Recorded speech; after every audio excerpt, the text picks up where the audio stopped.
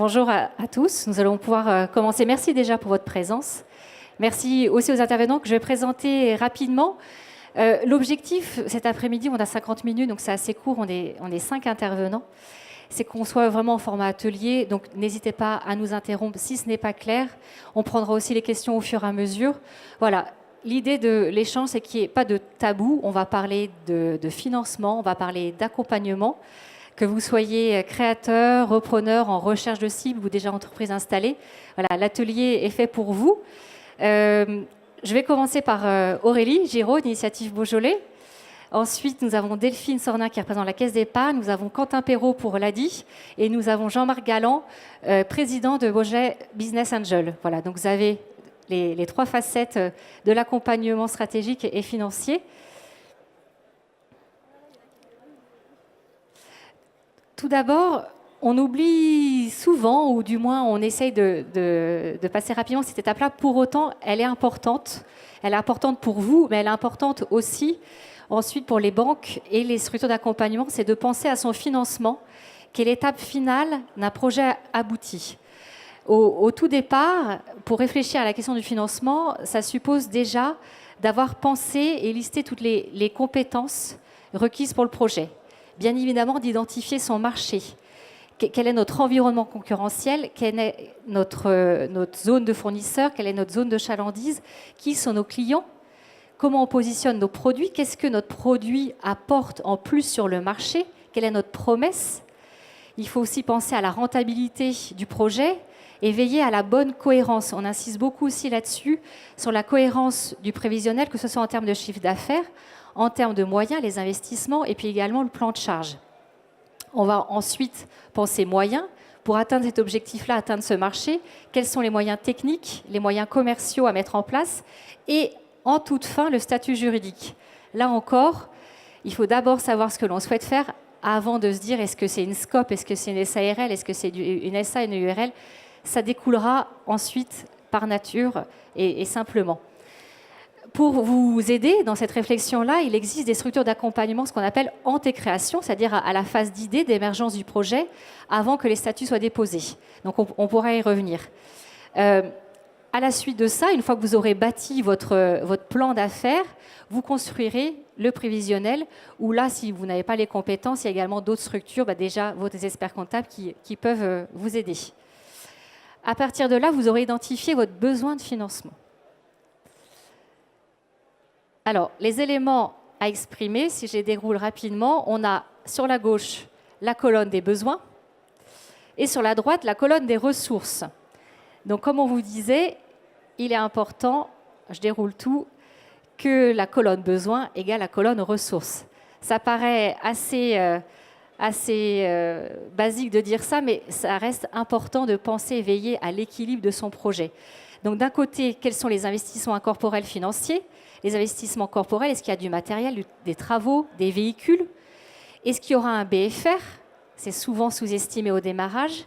Voilà, si mon projet nécessite un certain temps de réflexion, de recherche et développement, il lui faudra des moyens financiers, humains, pour aboutir et faire en sorte ensuite qu'il arrive sur le marché. Donc ça, il faut bien penser cette enveloppe BFR. Ensuite, la TVA, ce qui nous fait le total des besoins. En termes de ressources, il y a l'apport personnel.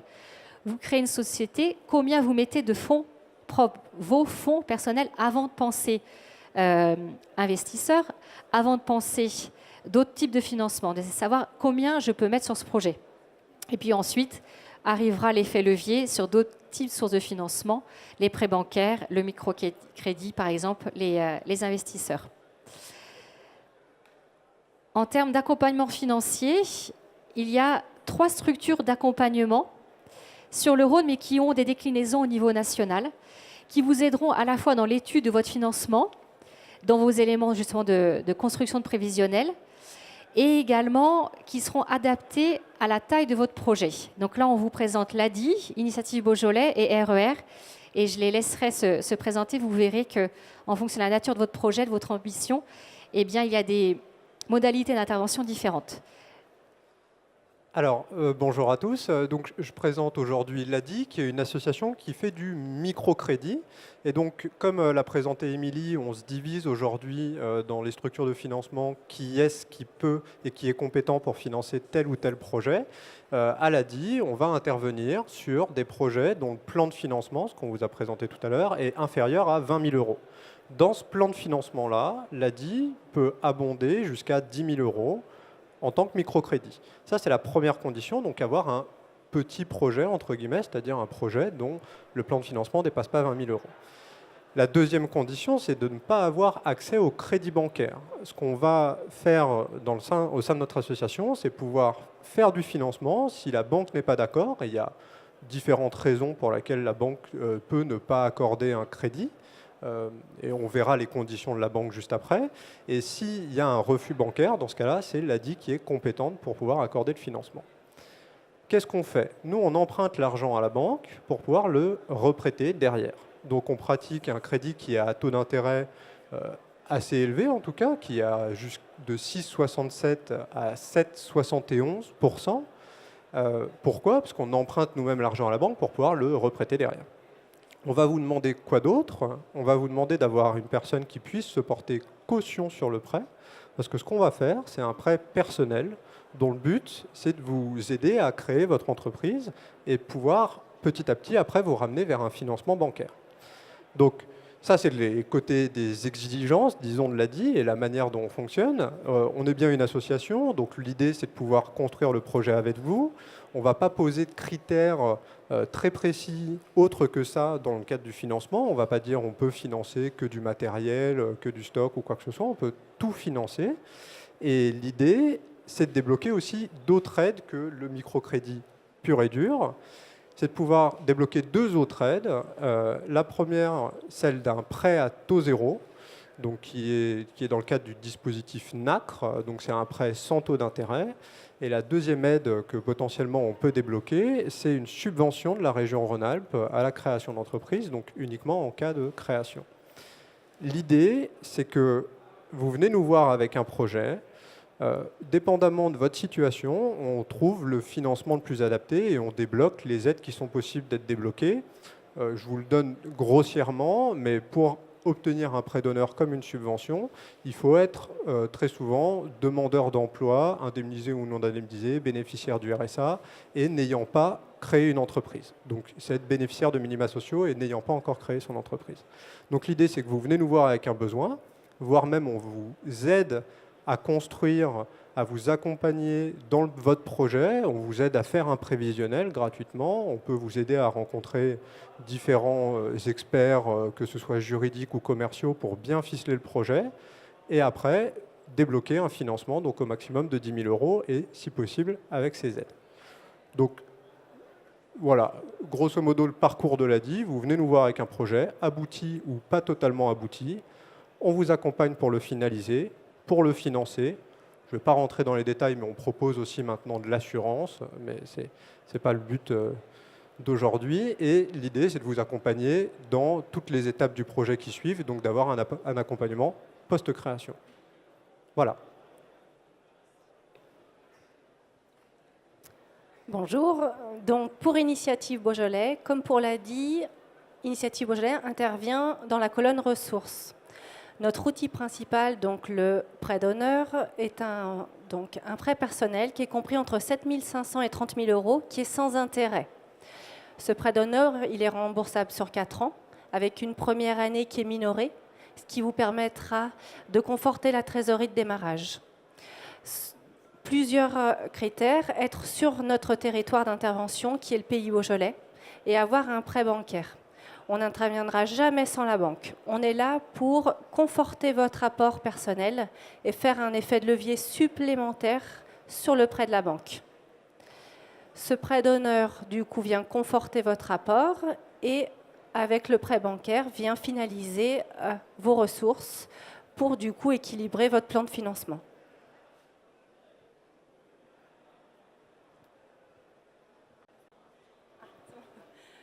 Bonjour à tous. Nous, banques, en l'occurrence ici la Caisse d'épargne, on intervient soit en simultané avec les réseaux les précédents réseaux, ou soit on intervient quelques fois avant, parce que ça nous arrive aussi d'orienter les clients vers ces réseaux-là. On finance sur différentes durées. En général, on va de 2 à 7 ans. Les taux, ben, évidemment, 1,5, 3,5 ne sont plus d'actualité aujourd'hui parce qu'ils ont considérablement baissé. On regarde bien évidemment avec le client ce qui a été établi, notamment sur le plan de financement, parce que c'est c'est notre base de travail. Un plan de financement doit être cadré et on doit être au plus près de la réalité. Derrière,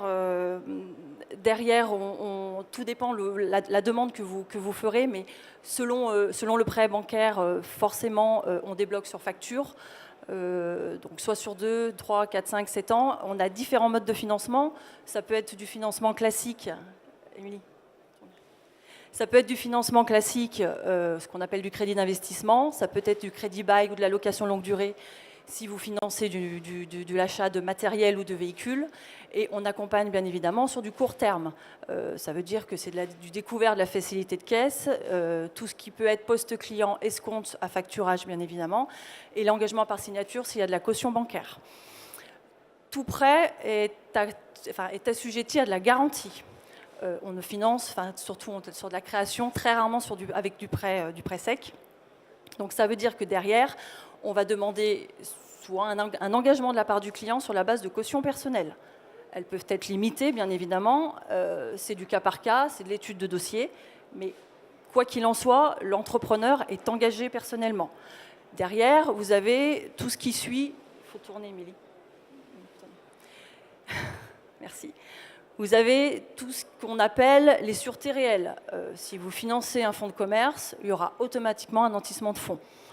Comme quand vous financez votre résidence principale, on prend quelquefois une hypothèque ou un privilège du prêteur de denier. Là, c'est le même principe. Il y aura forcément cette garantie-là et un bout de caution personnelle. Et quelquefois, même souvent, tout dépend ce qu'on finance, on travaille avec des cautionnaires. Donc, en ce qui concerne la caisse d'épargne, c'est notre cautionnaire, anciennement SACEF, qui travaille pour nous et qui étudie le dossier de financement. Si derrière, surtout, vous nous sollicitez pour des murs professionnels. On travaille aussi avec tout ce qui est France Active, le FGIF, qui est surtout pour le fonds concerné aux femmes. On travaille aussi avec la CIAJ quelquefois, un peu plus rarement, mais on peut les solliciter pour du cautionnement. Voilà, grosso modo, la panoplie un petit peu très résumée du financement bancaire. Bonjour, donc moi je représente les BioGL Business Angels, actuellement donc basé sur Villefranche. Et donc nous on va intervenir dans la deuxième étape du développement de votre société. Aujourd'hui, jusqu'à maintenant, tout a été présenté pour la création. Donc nous on va intervenir plutôt pour le développement de votre société et le financement de votre projet. Et aujourd'hui on va intervenir d'un point de vue capitalistique. C'est-à-dire qu'on va vous proposer, moyennant un apport en capital, en contrepartie, vous allez céder une part de votre capital à ces business angels qui sont, donc actuellement on a une quinzaine de membres sur Villefranche, nous sommes des particuliers, nous investissons à titre personnel et cet apport va vous permettre, lui, de vous aider dans la recherche de financement bancaire en complément pour éventuellement un projet d'investissement qui va vous permettre de passer dans une phase de développement et de création de la valeur.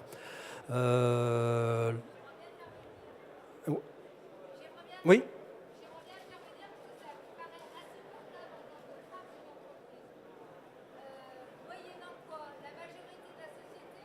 Non, pas du tout. On reste, les business angels, le principe de base, c'est qu'on intervient, on reste minoritaire. Voilà, c'est le... Oui, oui. Donc, le principe, bien sûr, il y a des contreparties, c'est ce que je vous disais. Donc, voilà, le principe, c'est à partir du moment où votre entreprise arrive à un certain niveau, on peut considérer qu'elle a une certaine valorisation. Sur la base de cette valorisation, on va intervenir en disant, si on prend 20%, si on propose de prendre 20% de la capitale de votre... Oui, oui peut-être, mais enfin, tout dépend. Fabo. Oui, si vous voulez. Oui, oui, oui. Non, mais tout à fait. Alors, tout ça se discute. Hein, j'allais dire, il y a rien de...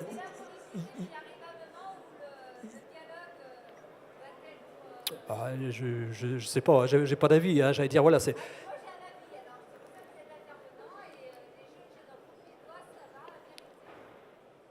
Dans quel sens? Aujourd'hui, la contrepartie, en effet, d'une prise de participation dans le capital de votre société, bien sûr, c'est un engagement. Hein, il y a un pacte qui va être signé, qui va déterminer les conditions d'entrée et les conditions de sortie, ce qui paraît évident.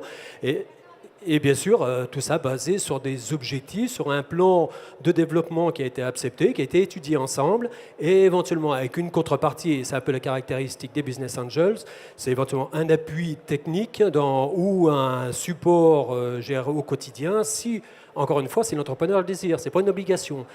On reste encore une fois minoritaire, la société reste la société de l'entrepreneur, c'est évident. Il garde la majorité, c'est lui qui prend les décisions de son développement, tout à fait.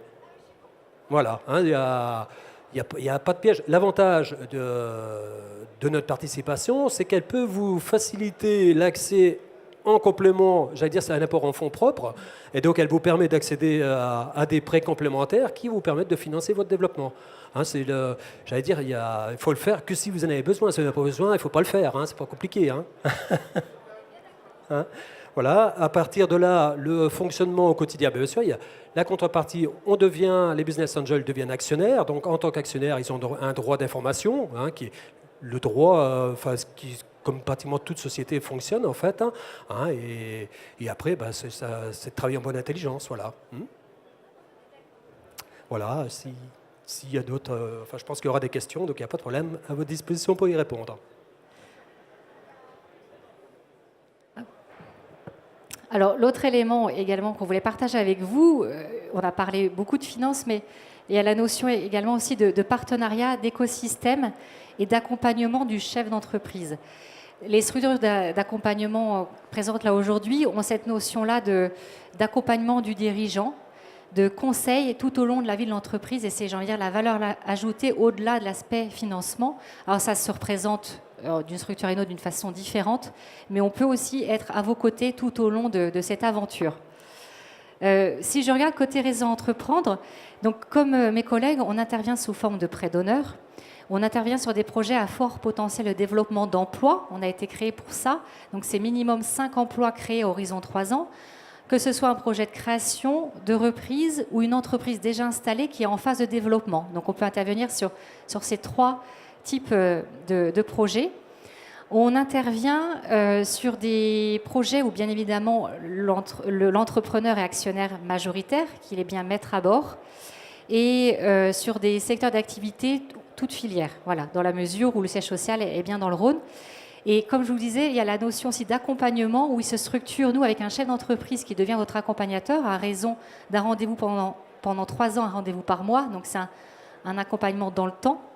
Et un accompagnement aussi collectif mensuel pendant 3 ans où on réunit d'autres chefs d'entreprise qui sont dans la même aventure et le même état d'avancement que vous.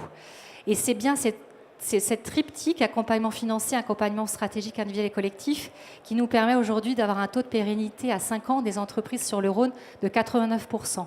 Et ce n'est pas un hasard, c'est parce qu'il y a ce suivi effectivement régulier. Je vous parlais du fait qu'on pouvait intervenir dans une phase de développement. C'est un nouveau programme qu'on propose. On s'est rendu compte qu'il y avait un peu un trou dans la raquette.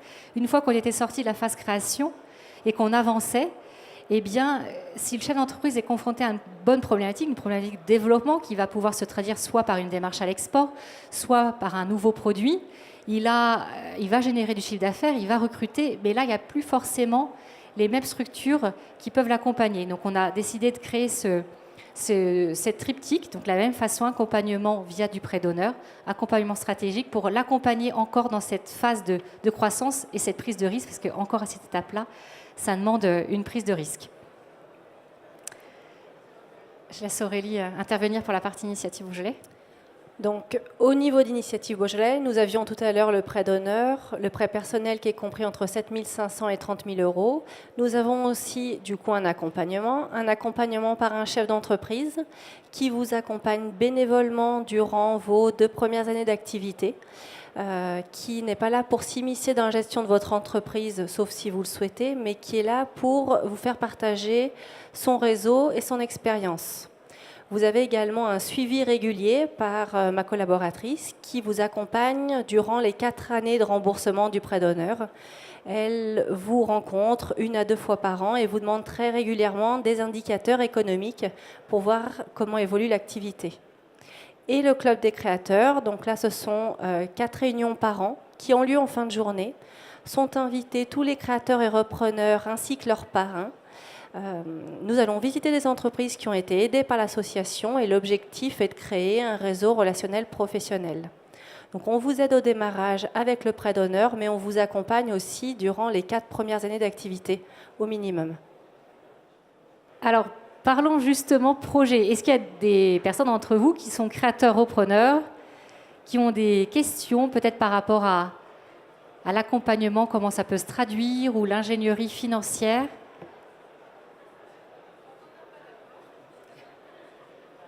Alors la question, si vous n'avez pas entendu, c'était quand on n'a pas d'apport, comment fait-on ?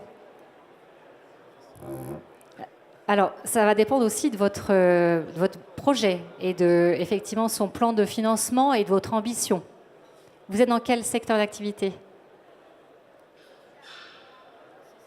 Et plus précisément, vous voulez faire quoi ? Okay. Quentin, tu voulais Oui, intervenir. moi je suis la structure que je représente, donc l'a dit, comme je l'ai présenté tout à l'heure, ne va pas nécessiter que vous ayez d'apport personnel, puisqu'on se situe bien sur un autre système de fonctionnement. Par contre, ça nécessite que la taille du projet puisse rentrer dans le type de financement qu'on fait. Alors, un jardin thérapeutique, je n'ai pas eu l'occasion aujourd'hui d'accompagner des porteurs de projets sur ce type de projet. Je ne sais pas si votre projet peut rentrer dans le cadre d'un plan de financement qui est en dessous de 20 000 euros et avec des besoins assez faibles. Aujourd'hui, dans nous, ce qu'on fait à l'ADI, vu que c'est une des conditions d'avoir un apport personnel dans beaucoup de financements, et que l'idée c'est de pouvoir se substituer à ça, on peut vous accueillir sans que vous ayez d'apport personnel et on peut accorder des financements sans aucun apport personnel. Mais il faut que le projet puisse être finançable avec moins de 10 000 euros. Voilà. Après, juste, est-ce que, mais c'est plus une question d'ouverture, mais est-ce que du financement participatif potentiellement peut faire office d'apport personnel ou pour aller convaincre une banque ? Est-ce que la capitalisation des droits Pôle emploi peut aussi peut-être servir pour constituer un premier apport et aller convaincre quelqu'un ? Je pense qu'il y a aussi d'autres petits effets de levier comme ça qui peuvent réussir à convaincre une banque. Mais oui, tout à fait. C'est vrai que quand on vient sans apport, forcément, on se dit on n'aura jamais d'autres prêts. Après, comme Quentin l'a dit, le dispositif de Pôle emploi qui vous permet d'avoir vos droits soit mensualisés, soit d'un seul coup, nous, on considère que c'est de l'apport, bien évidemment. Alors après, effectivement, il faut regarder votre cas, votre endettement personnel, voir si vous pouvez, bien évidemment, vous passer d'une mensualité et prendre un capital en un seul coup comme ça et puis le mettre dans votre structure. Mais c'est pas rédhibitoire d'avoir 0 d'apport. On arrive toujours à trouver des solutions. Pour nous, l'intervention de l'ADI, c'est considéré bien évidemment comme de l'apport aussi. Donc si le financement n'est pas exorbitant, que le projet est viable, que le risque est maîtrisé, enfin voilà, il faut tout regarder. C'est vraiment du cas par cas.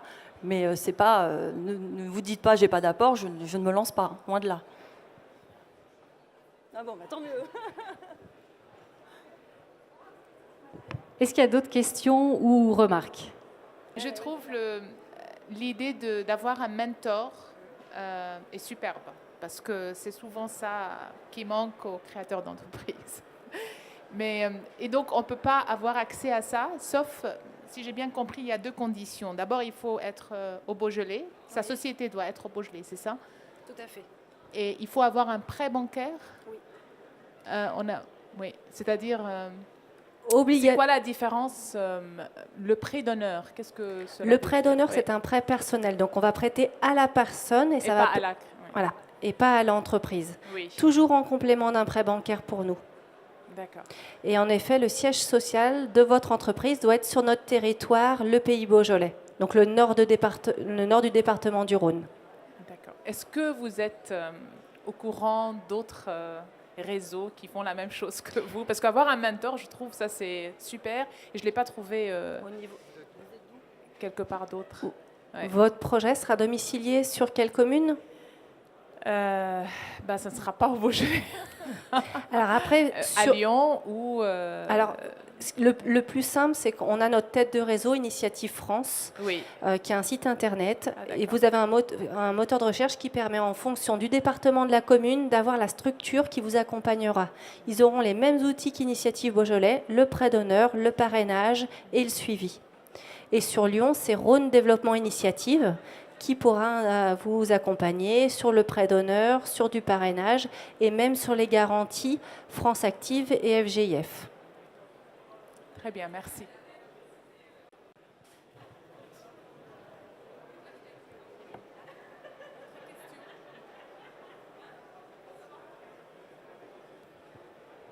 Bonjour. Vous avez parlé d'aide en décréation, enfin de suivi. Est-ce que vous avez des contacts ou des noms à donner?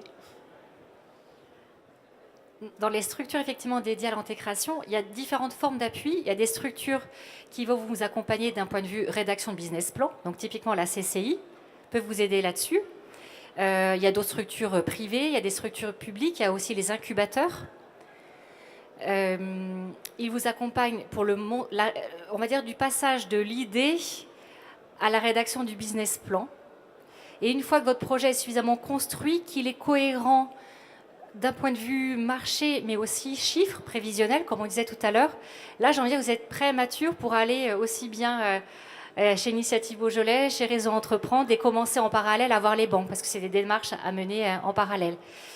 D'un point de vue financier, en tant que création, si votre projet est innovant, par exemple, il y a ce qu'on appelle le dispositif Innovisi, où à ce stade-là, ils peuvent vous actionner une subvention qui vient à couvrir des frais de prestataire plus liés à de l'étude de projet, l'étude de marché, l'étude de conception, etc. Mais ça, c'est pour les projets innovants. Alors, quand on dit innovant, c'est à la fois un impact social, sociétal, environnemental. Ce n'est pas que la rupture technologique, ce n'est pas que du biotech. Le champ de l'innovation s'est bien élargi et c'est un dispositif de la région Rhône-Alpes qui donc prend les projets en intégration via de la subvention et il suit le projet au fur et à mesure de son avancement. Lorsqu'il est prêt pour un prêt d'honneur, ils peuvent apporter un coefficient qui fait effet levier sur le prêt d'honneur des plateformes initiatives ou des plateformes réseau entreprendre. Donc c'est encore une autre aide qui vient s'actionner. Et la troisième aide, c'est l'aide Innovisi Développement, où là, cette fois-ci, c'est un prêt à la société. Il faut qu'il y ait 1 an d'activité, un bilan clôturé et qui est l'explication du chef d'entreprise sur quel est son projet de développement, quelle est son ambition, et c'est encore un autre sein d'intervention.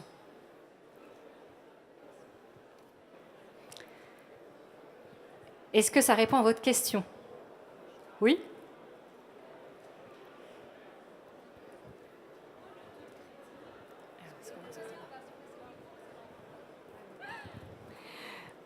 Tout à l'heure, vous avez annoncé là, pour le microcrédit un taux de remboursement à 6 et quelques. Oui. Ça vient d'où ce calcul de 6?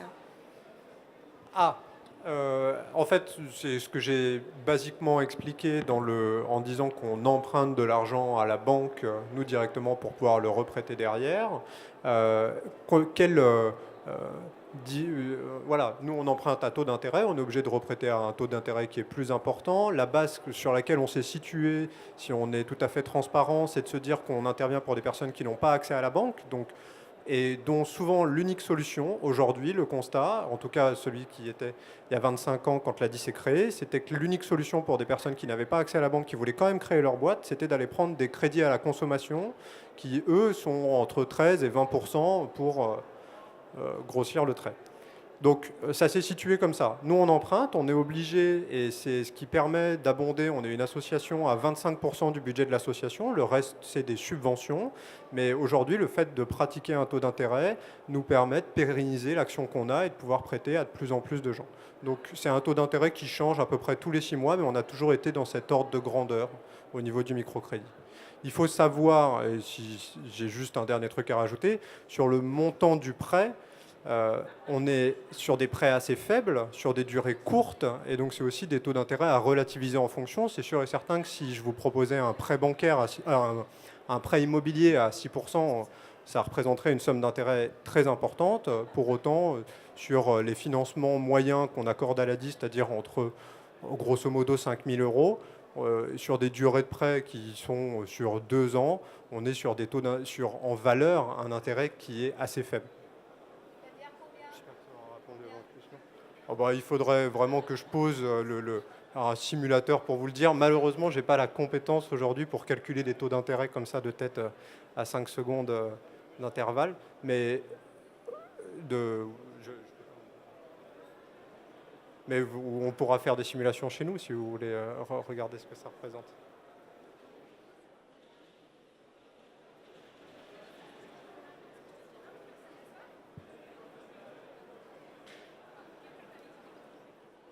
Est-ce que vous avez d'autres questions ?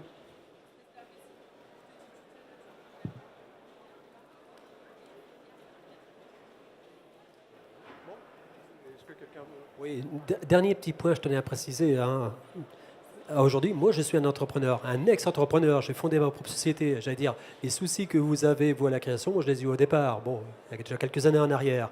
Hein, donc, pour tout ça, pour revenir sur la notion des business angels, on n'est pas des rapaces à attendre. J'allais dire, aujourd'hui, le but et l'objectif, c'est réellement d'aider au développement et à cette croissance qui, dans certains cas, peut être difficile en raison, justement, par rapport à des besoins de fonds propres. Et je pense qu'on a des tas d'expériences ou des retours d'expérience qui sont intéressants sur ce type d'opération. Voilà, je voulais bien préciser, pas des rapaces à attendre et des retours sur investissement. Hein. Il y a le terme quand même d'angels dedans qui est quand même important.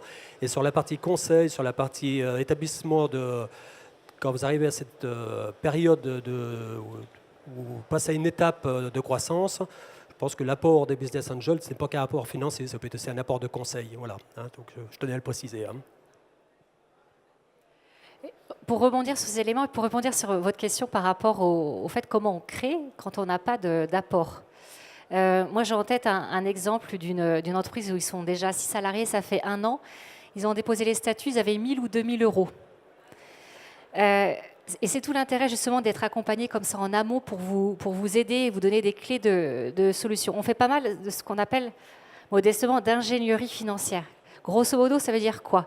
C'est qu'on va vous aider à bâtir votre plan de financement en lien avec votre rapidité d'accès au marché et de développement. Certains sous-dimensionnent ou au contraire surdimensionnent le plan de financement au démarrage. Il y a des réflexes aussi à avoir, de se dire, peut-être que vous, personnellement, vous n'avez pas forcément de fonds, mais si vous commencez à parler de votre projet dans un cercle amical, familial, peut-être qu'eux vous donneront un petit coup de pouce. Mais un petit coup de pouce, 500 euros d'un côté, 500 euros de l'autre, voilà, c'est du fonds propre qui se constitue. Ensuite, vous allez voir une plateforme de financement. Comme on l'a dit, les prêts d'honneur sont assimilés fonds propres. Donc c'est quand même intéressant. Vous allez voir la banque, elle va vous prêter, alors peut-être pas toute la somme que vous aviez espérée, mais au moins une partie. C'est une preuve de confiance. Vous, dans votre projet, vous avancez. Votre produit, votre service, il se constitue. Vous avez des prospects qui deviennent clients. Vous avez des éléments de preuve de marché. En disant, vous voyez, mon idée, où j'étais venue voir il y a 6 mois, regardez, je commence à faire du chiffre d'affaires. Donc là, on se dit, ah oui, il y a peut-être quelque chose à faire. Hop, vous pouvez actionner d'autres types de fonds. Les business angels, par exemple. Vous pouvez retourner voir la banque. Vous pouvez faire des opérations de crowdfunding. Donc là, plutôt utiliser les plateformes Internet pour aller chercher autour de vos clients d'autres, effectivement, soutiens. Donc, quand on a une bonne idée, quand on a la conviction, quand on sait incarner le projet, on pondère tout autour de la table, on pondère plus l'équipe que le projet. Donc, si vous arrivez à nous convaincre et si vous amenez d'autres personnes autour de vous, vous verrez les portes s'ouvrent. C'est un cercle vertueux. Donc, on peut créer, même si on a des petits fonds au démarrage, tant qu'on a effectivement une bonne idée et qu'on prouve que le produit et le service a bien une place sur le marché aujourd'hui, en restant concrète. Est-ce qu'il y a d'autres remarques ou questions? Alors, on a tous des stands. Alors, Quentin, tu n'as pas de stand, mais on peut t'héberger ou tu peux rester à l'issue. N'hésitez pas à venir nous voir. On est là pour vous renseigner. On est tous des structures implantées localement, mais on a tous des déclinaisons dans d'autres départements présents au national. Donc, entre guillemets, ne vous bridez pas aussi par rapport à là où vous déposez les statuts. Il y aura toujours une structure pour vous accompagner. Et merci à vous pour votre présence, vos questions. Et à bientôt, j'espère.